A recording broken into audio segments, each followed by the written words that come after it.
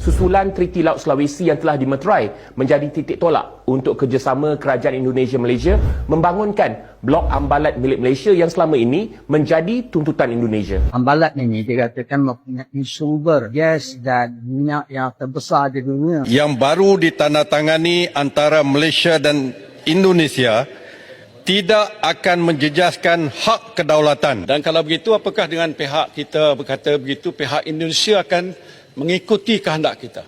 Pasal selama ini pun tuntutan yang kita dibuat ni bertindih, pihak Indonesia tak bersetuju langsung. Walau 1 inci pun mereka tak berganjak untuk mempertahankan hak mereka. Sengketa blok Ambalat antara Indonesia dan Malaysia telah berlangsung selama beberapa dekade dan terus menjadi sumber ketegangan di perairan Laut Sulawesi. Wilayah ini memiliki luas sekitar 15.235 km persegi dan kaya akan cadangan minyak serta gas bumi, menjadikannya sangat strategis bagi kedua negara. Ketegangan ini semakin meningkat setelah Mahkamah Internasional pada tahun 2002 memutuskan bahwa Pulau Sipadan dan Ligitan menjadi bagian dari Malaysia, yang kemudian dijadikan dasar bagi Malaysia untuk memperluas klaimnya terhadap blok Ambalat. Namun, Indonesia menolak klaim ini dengan tegas dan merujuk pada Konvensi Hukum Laut PBB atau UNCLOS tahun 1982 yang secara jelas menetapkan bahwa wilayah tersebut merupakan bagian sah dari kedaulatan Indonesia. Dengan adanya perbedaan pandangan yang tajam ini, konflik di blok Ambalat menjadi isu yang terus berulang dan membutuhkan solusi yang berlandaskan hukum internasional serta kerja sama diplomatik yang intensif. Selain dasar hukum internasional yang menguatkan posisi Indonesia, kehadiran aktif Indonesia di blok Ambalat juga menjadi bukti nyata atas pengelolaan wilayah tersebut. Sejak tahun 1999, Indonesia telah memberikan izin eksplorasi kepada beberapa perusahaan minyak internasional, seperti Eni dari Italia dan Unocal dari Amerika Serikat, untuk mengeksploitasi sumber daya yang ada di kawasan ini.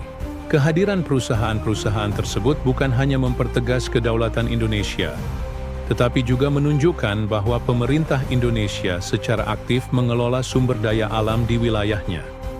Di sisi lain, Malaysia menerbitkan peta maritim pada tahun 1979 yang secara sepihak memasukkan blok Ambalat ke dalam wilayahnya, sebuah langkah yang tidak hanya mendapat protes keras dari Indonesia, tetapi juga ditentang oleh beberapa negara ASEAN lainnya, seperti Filipina, Singapura, Thailand, Tiongkok, dan Vietnam.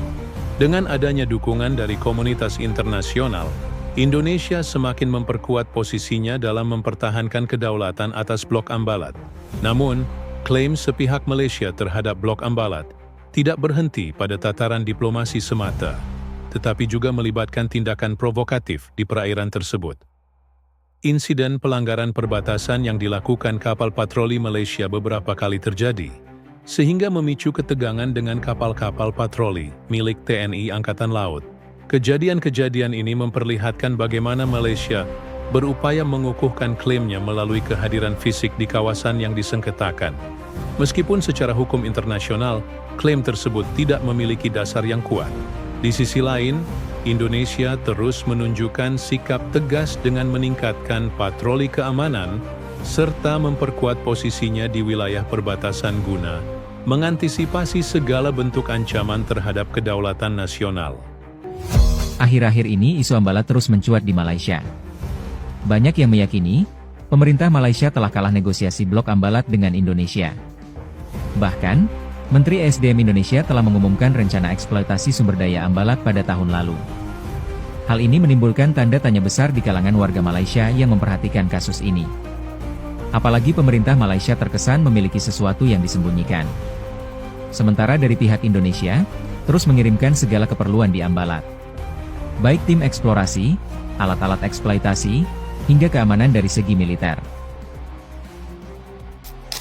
Isu Ambalat ini sebenarnya menyebabkan dua perkara yang besar. Yang pertama berkaitan dengan security, sebab dia kedudukan di perairan Sabah, Malaysia Indonesia. Jadi ini cara teliti lagi. Dan yang kedua yang menjadi isu yang dibatikkan, Ambalat ini dikatakan mempunyai sumber gas dan minyak yang terbesar di dunia, menjangkau kepada 2 trilion ringgit Malaysia. Kita digambarkan bagaimana kerajaan telah menentang ini dengan pihak Indonesia supaya menyerahkan ini kepada Indonesia. Tetapi perkara ini telah dinafikan oleh pihak Kementerian Luar. Kerana ini bukan melibatkan perkara yang kecil, bukan perkara biasa. Ini melibatkan satu khazanah negara, kerana dia melibatkan begitu banyak kepentingan negara, baik dari keselamatan maupun dari segi pendapatan negara. Jadi perlu satu penjelasan yang detail kepada kerajaan kepada rakyat, terutamanya rakyat Sabah. Bagaimana tadi katakan bahawa kerajaan seolah-olah telah menjual atau menggadaikan masa depan negara.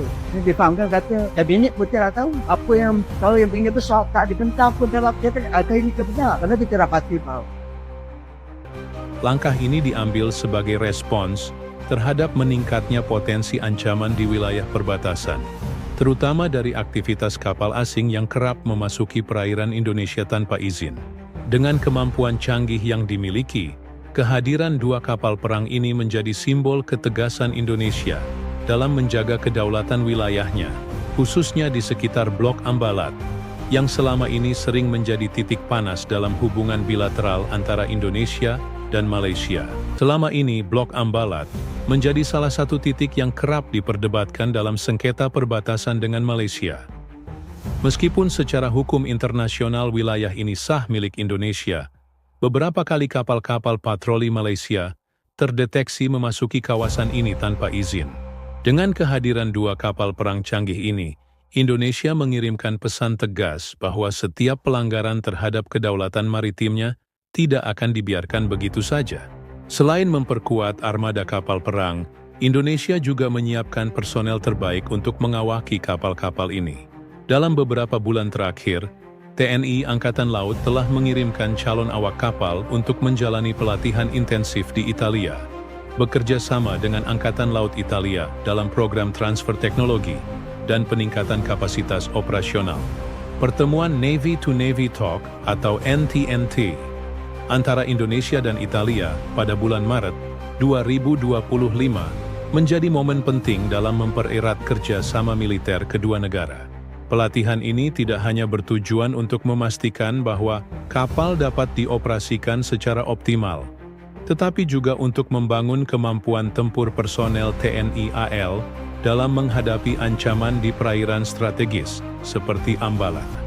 Patroli ini bertujuan untuk memastikan bahwa tidak ada kapal asing yang berani melanggar batas wilayah Indonesia, sekaligus menunjukkan bahwa Indonesia tidak akan ragu untuk bertindak tegas jika ada pelanggaran yang terjadi. Dengan kombinasi kapal perang modern dan strategi patroli yang lebih agresif, Indonesia semakin memperkuat cengkeramannya atas wilayah perbatasan yang selama ini menjadi sumber ketegangan dengan Malaysia. Reaksi dari Malaysia terhadap langkah Indonesia ini cukup beragam. Di satu sisi, pemerintah Malaysia masih berusaha untuk menjaga hubungan diplomatik dengan Indonesia dan menghindari eskalasi konflik terbuka. Namun di sisi lain, kehadiran kapal-kapal perang Indonesia yang semakin intensif di Ambalat mulai menimbulkan kekhawatiran di kalangan militer Malaysia. Beberapa analis pertahanan Malaysia bahkan mulai mempertanyakan kesiapan angkatan laut mereka dalam menghadapi situasi ini. Sementara itu, media-media di Malaysia ramai membahas langkah Indonesia ini sebagai bentuk unjuk kekuatan yang dapat memicu ketegangan lebih lanjut di kawasan. Di dalam negeri, keputusan pemerintah untuk mengerahkan kapal perang ke Ambalat mendapat dukungan luas dari masyarakat. Banyak pihak yang melihat langkah ini sebagai bentuk keseriusan pemerintah dalam menjaga kedaulatan negara. Media sosial dipenuhi dengan dukungan terhadap TNI Angkatan Laut. Kehadiran kapal-kapal canggih ini menandai era baru dalam strategi maritim Indonesia, di mana negara tidak lagi hanya bersikap defensif, tetapi juga lebih proaktif dalam melindungi wilayahnya. Pemerintah Indonesia menegaskan bahwa pengerahan kapal perang ini bukanlah bentuk provokasi, melainkan tindakan preventif untuk memastikan bahwa tidak ada pihak yang berani mencoba melanggar kedaulatan Indonesia. Namun, tidak dapat dipungkiri bahwa ketegangan dengan Malaysia bisa meningkat jika kapal-kapal mereka masih terus melanggar batas perairan Indonesia. Oleh karena itu, diplomasi pertahanan juga diperkuat melalui pertemuan bilateral, baik di tingkat militer maupun antar pemerintah, guna mencegah eskalasi yang bisa merugikan kedua belah pihak. Di sisi lain, peran masyarakat internasional juga menjadi faktor penting dalam dinamika konflik ini. Pemerintah Malaysia sendiri kini berada dalam dilema besar. Di satu sisi, mereka ingin tetap mempertahankan klaim mereka atas Ambalat, meskipun secara hukum internasional kawasan tersebut jelas masuk dalam wilayah Indonesia. Namun, di sisi lain, mereka juga tidak ingin hubungan diplomatik dengan Indonesia memburuk, mengingat kedua negara memiliki hubungan ekonomi yang sangat erat. Para analis pertahanan di Malaysia mulai memperingatkan pemerintah mereka bahwa menghadapi Indonesia secara militer bukanlah opsi yang bijak. Dengan modernisasi besar-besaran yang dilakukan oleh TNI dalam beberapa tahun terakhir, kekuatan maritim Indonesia kini jauh lebih siap dibandingkan dekade sebelumnya. Sementara itu, di dalam negeri Malaysia, tekanan dari masyarakat juga semakin besar. Beberapa kelompok nasionalis menyerukan agar pemerintah mereka tidak mundur dalam isu Ambalat, sementara kelompok lainnya justru menyarankan agar Malaysia lebih realistis dalam menyikapi sengketa ini. Isu ini bahkan mulai mempengaruhi dinamika politik domestik Malaysia, dengan beberapa oposisi memanfaatkan situasi ini untuk menekan pemerintah agar lebih tegas dalam mempertahankan kepentingan nasional mereka. Namun pada saat yang sama, muncul juga suara-suara yang mendesak pemerintah untuk fokus pada isu-isu dalam negeri, ketimbang menciptakan ketegangan yang tidak perlu dengan Indonesia. Di Indonesia, dukungan terhadap TNI AL terus mengalir dari berbagai pihak. Masyarakat melihat pengerahan kapal perang ini sebagai bentuk nyata keberanian Indonesia dalam mempertahankan kedaulatan. Para akademisi dan pakar pertahanan pun mulai mengajukan berbagai rekomendasi strategis untuk memastikan bahwa Indonesia tetap berada di posisi yang kuat dalam menghadapi potensi ancaman di Ambalat. Dalam konteks hukum internasional, Indonesia juga semakin memperkuat posisinya dengan mengajukan berbagai dokumen dan bukti sejarah yang mempertegas bahwa Ambalat adalah bagian sah dari wilayah kedaulatan Indonesia. Kementerian Luar Negeri terus melakukan pendekatan diplomatik dengan berbagai negara, termasuk di forum internasional seperti Perserikatan Bangsa-Bangsa dan ASEAN, guna mempertegas status hukum wilayah tersebut. Langkah ini dilakukan agar dunia internasional memahami bahwa Indonesia tidak sekadar mengerahkan kekuatan militer, tetapi juga berupaya menegakkan prinsip-prinsip hukum yang berlaku. TNI AL sendiri tidak hanya berhenti pada pengerahan kapal perang di Ambalat, tetapi juga memperkuat kehadirannya dengan latihan militer yang lebih intensif di perairan tersebut. Latihan ini mencakup berbagai skenario, mulai dari pengamanan wilayah perbatasan, penanggulangan ancaman dari kapal asing, hingga simulasi pertempuran laut. Dengan latihan yang semakin sering dilakukan, kesiapan tempur para prajurit semakin meningkat, dan hal ini sekaligus menjadi sinyal kuat bahwa Indonesia tidak akan tinggal diam jika kedaulatannya kembali diganggu. Situasi di perairan Ambalat masih berada dalam ketegangan yang tinggi, namun langkah-langkah strategis yang diambil oleh Indonesia menunjukkan bahwa negara ini tidak akan membiarkan wilayahnya diklaim secara sepihak.